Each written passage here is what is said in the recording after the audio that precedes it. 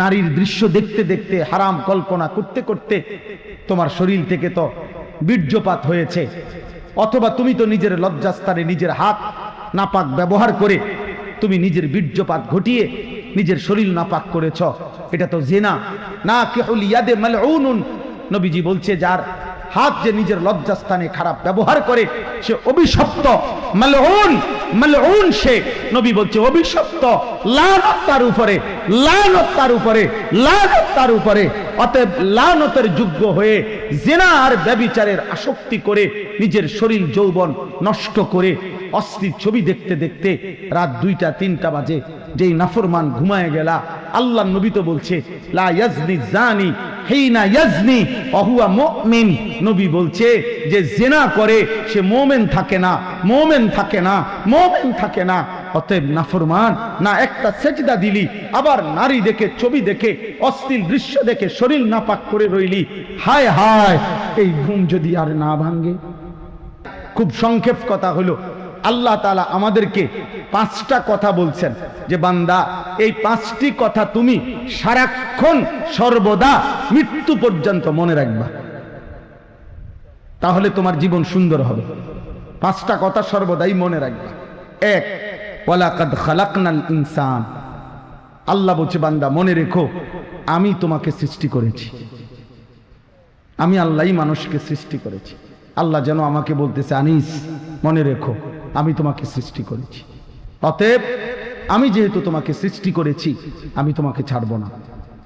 তুমি আমার হাত থেকে ছুটতে পারবে না, আমার বাঁধন থেকে তুমি মুক্ত হতে পারবে না, তুমি আমার থেকে ছুটতে পারবে না বান্দা, আমি তোমাকে সৃষ্টি করেছি। তুমি জানো না বান্দা তুমি আমার বহুত যত্নে গড়া, তুমি আমার বহুত যত্নে গড়া। আল্লাহ তাআলা কোরআনুল কারীমের মধ্যে বলছেন আমি মানুষকে শুধু মায়ের পেট থেকে বের করার আগ পর্যন্ত 7টা ধাপে আমি আল্লাহ মানুষকে সৃষ্টি করেছি। কয়টা ধাপে? 1, মাটি, 2, বীর্য, 3, জমাট রক্ত, 4, গোশতের টুকরা, 5, হাড্ডির খাঁচা মানে কঙ্কাল, 6, কঙ্কালের উপরে গোশতের আবরণ দিয়ে শরীর গঠন, 7, রূহ ফুকে দিয়ে মায়ের পেট থেকে বের করেছে। কয়টা হইল? 7টা। মহান আল্লাহ পাক বলে বান্দা মায়ের পেট থেকে বের করার পরে আবার আমি তোমাকে 3টা ধাপ দিয়েছি। সুম্মা ইউখরিজুকুম তিফলান, প্রথমে বের করেছি শিশু হিসাবে। সুম্মা লিতাবলুগু আশুদ্দাকুম, অতঃপর ধীরে ধীরে এই শিশুর শরীরে আমি আল্লাহ দিতে থাকছি পূর্ণ শক্তি মানে যৌবন। সুম্মা লিতাকুনু শুয়ুখা, অতঃপর আবার আমি আল্লাহ বানিয়েছি বৃদ্ধ। অতএব জন্মের পরে দিয়েছি 3টা কাল, শৈশবকাল, যৌবনকাল, বৃদ্ধকাল। জন্মের পরে 3 ধাপ, জন্মের আগে 7 ধাপ, এই মোট 10 ধাপ। তিলকা আশারাতুন কামেল,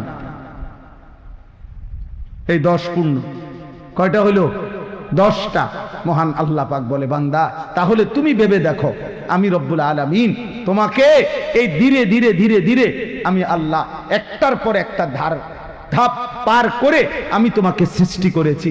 অথচ আমি সেই আল্লাহ যে কুন বললেই হয়ে যায়।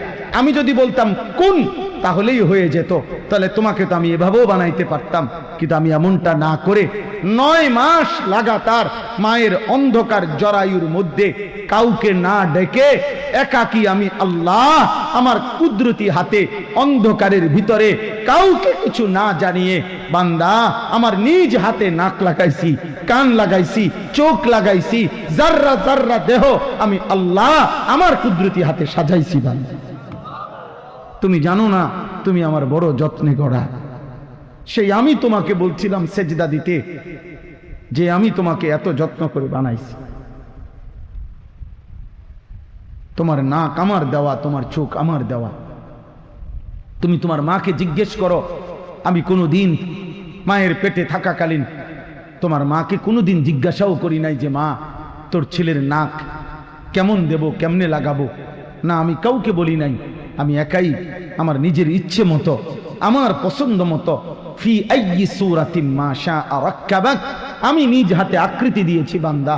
এমন যত্নে গড়া, এমন নিপুণ আমার কুদরতি হাতে গড়া বান্দা, তোমারে আমি বানাইছি, সেই আমি একটা সেজদা পাবো না? হায় হায় নাফরমান।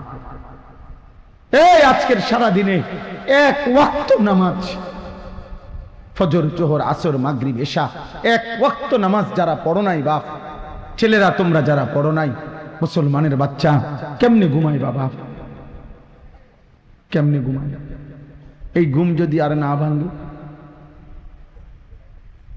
এই রাত যদি ভোর না হয়, হ্যাঁ কি হবে তখন?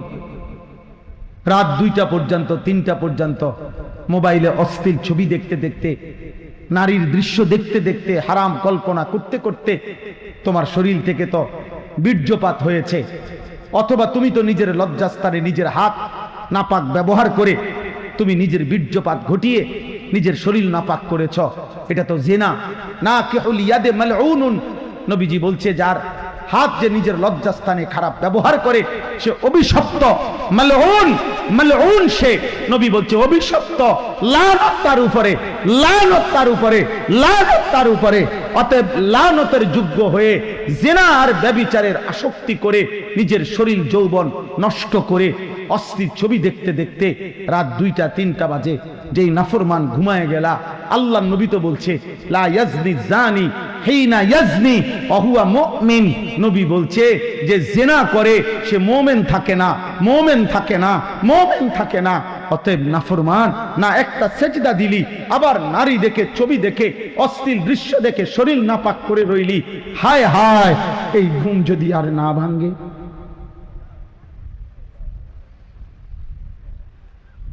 বলো না বাহ। আমি এর চাইতে খোলামেলা আর কেমনে বলতাম?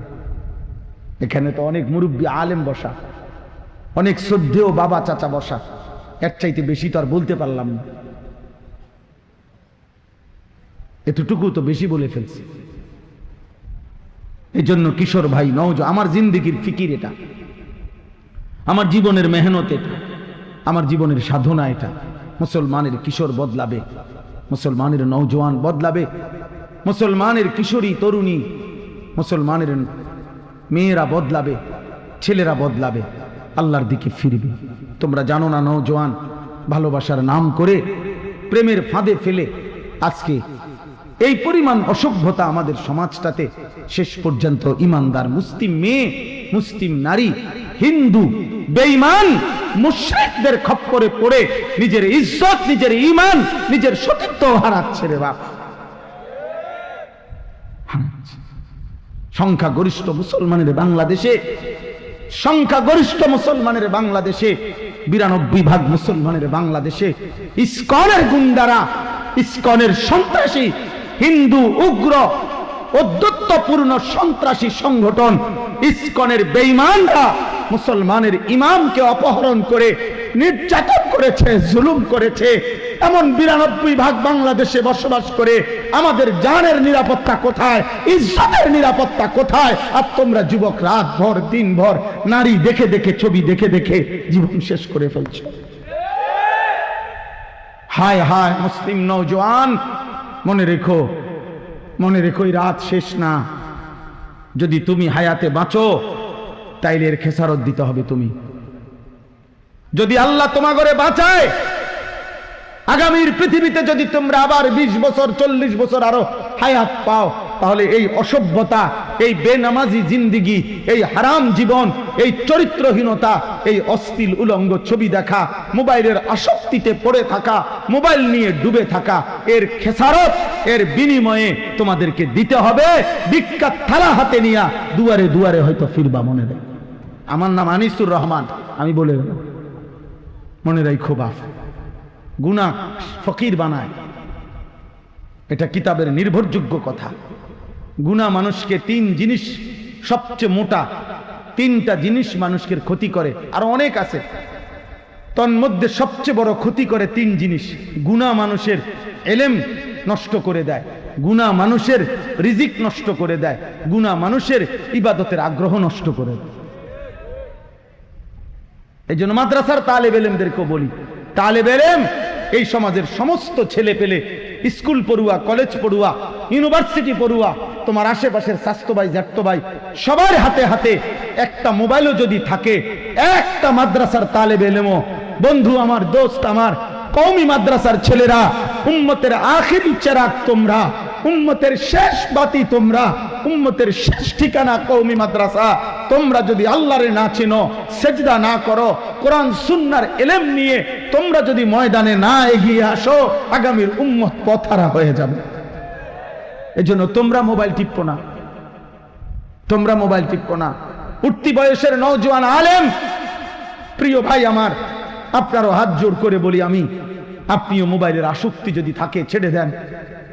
40 বছরের নিচে কমপক্ষে যে সমস্ত মাওলানা সাহেব, আমি আপনাদের হাত জোর করে বললাম, এটা ফকির বানায় দিবে, এটা অভাবী বানায় দিবে, ক্ষতিগ্রস্ত করবে।